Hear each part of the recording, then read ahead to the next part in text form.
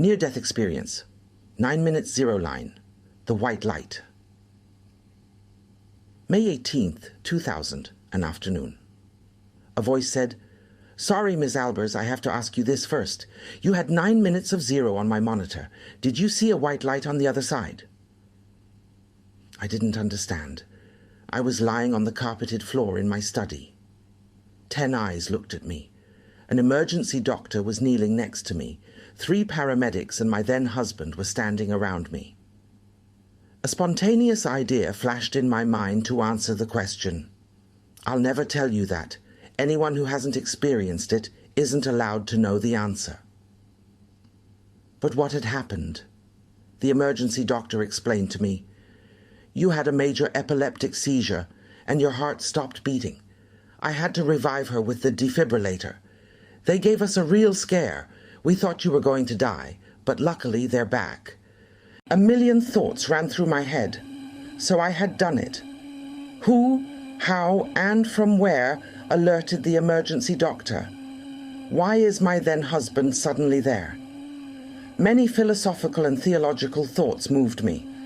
My brain flushed the possibilities through my nerve pathways every thousandth of a second. And then there was his question. How should I answer him? I didn't want to be rude either. After all, he had saved my life. But betrayal was out of the question. So I focused on my answer first. I said, "I don't want to tell you. It remains my secret." He stood up somewhat contritely. He would have liked to know a little more about me. I could tell that very clearly. "Now just recover, come to your senses in peace," said the emergency doctor. "We'll pack everything up then." After checking my overall health, he remarked, "We would actually take her to the hospital now." I thought for a moment and replied, "No, please don't. I want to stay here." I still had to sign the usual against medical advice form, and after some back and forth they left. My then husband comforted me and showed me his affection. We had to sort ourselves out somehow. What happened? Nothing other than that when I had an epileptic seizure last year after 5 minutes of zero line, I was there again with the defibrillator at another emergency doctor, and nothing different when I was back again a year ago after only 3 minutes of defibrillation. No, it wasn't like that day. I felt deep inside that this time was different. I just couldn't describe it. What I knew for sure was that it had just worked out like that again. And then there was this incredible feeling of gratitude to God. He'll probably have something planned for me. Otherwise, I wouldn't be there anymore. My brain was constantly rattling. I thought through my entire life so far and fast forward. I even had a clear picture of all my past epileptic seizures. I compared all the philosophical and theological possibilities that I knew and could derive to date with this near-death experience. After just a few days of thinking, I gave up. Whatever, wherever, and however it may have been and would come, I couldn't figure it out. It was so incredibly complicated. I just had to, wait and drink coffee.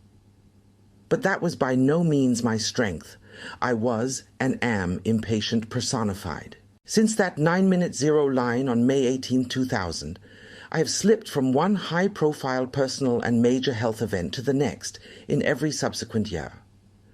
I lost my spit.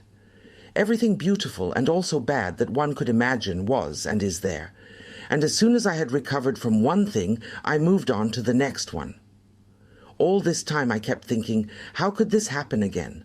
Why me? What's next? Where do I get the strength from? Who sends me all the ideas for my homepage? Etc. Over the course of many years, I actually received answers to many of these questions.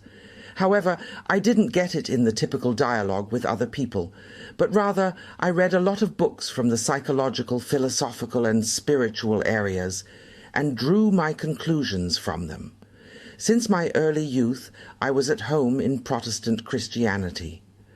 One could say about me, yes, this person is very religious, but for me, believing does not mean simply following all the rules, dogmas, and theses that I knew up to that point. Believing always means asking, checking, and developing further.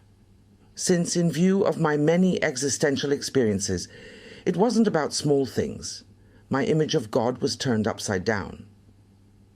Over the course of many reflections, I put my entire faith to the test. The God I believe in and imagine must always be the God who watches over and protects the indigenous inhabitant of the South American rainforest who has never heard of or been influenced by our civilization. Everything that applies to me also applies to this Indian, and that still doesn't get me to Jesus Christ and the New Testament.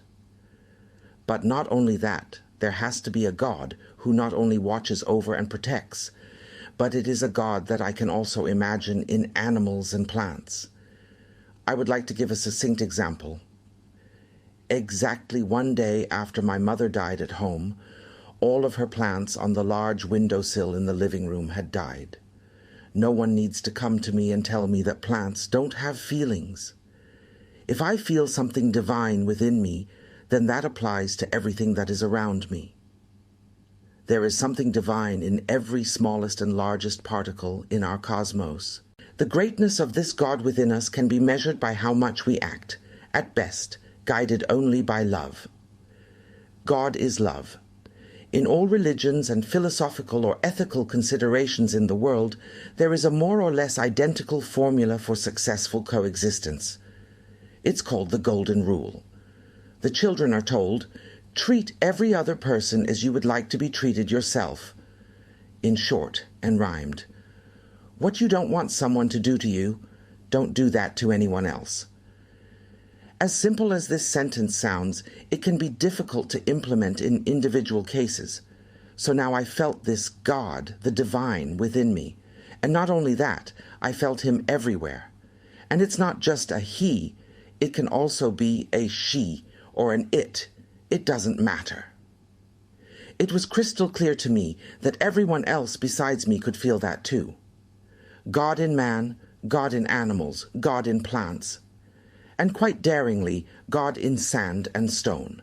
When a child is born somewhere, it is only up to his socialization and life course how much of this original 100% divinity remains.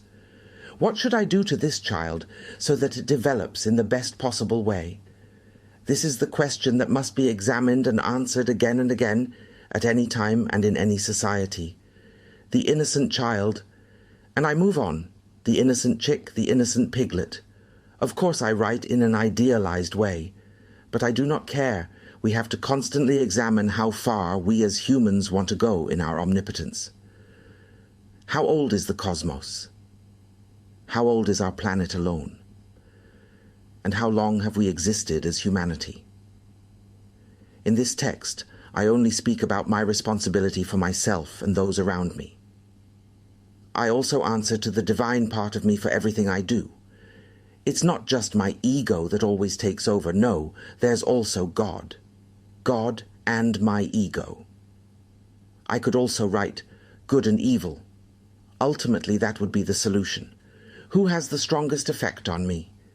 I don't have to look for the so-called evil, the ego, outside. I've fed it enough times throughout my life. There were times when it was huge inside me. My aim in the future is not to keep my ego small, or as the Buddhists call it, to renounce all attachments in order to enter nirvana. I am a person with positive and negative traits in and about myself. Like everyone else. It took me a very long time, and a lot of strength and nerve to arrive at the findings described here. For me personally, I realize that not only am I enlightened in this sense, but all other people, animals and plants are as well. Being enlightened or feeling divine is not something special. It is something we are all born with. The only special thing is to recognize yourself and actually feel this incredible and infinite bliss. And to come back to the white light, I can't remember it now, and I couldn't remember seeing anything at all back then either.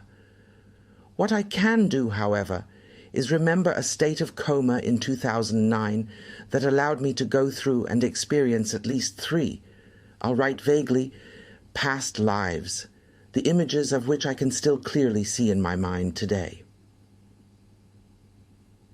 End Susanne Albers, 2019. And one last thing should be mentioned. That would be the question of who called the emergency doctor in the first place.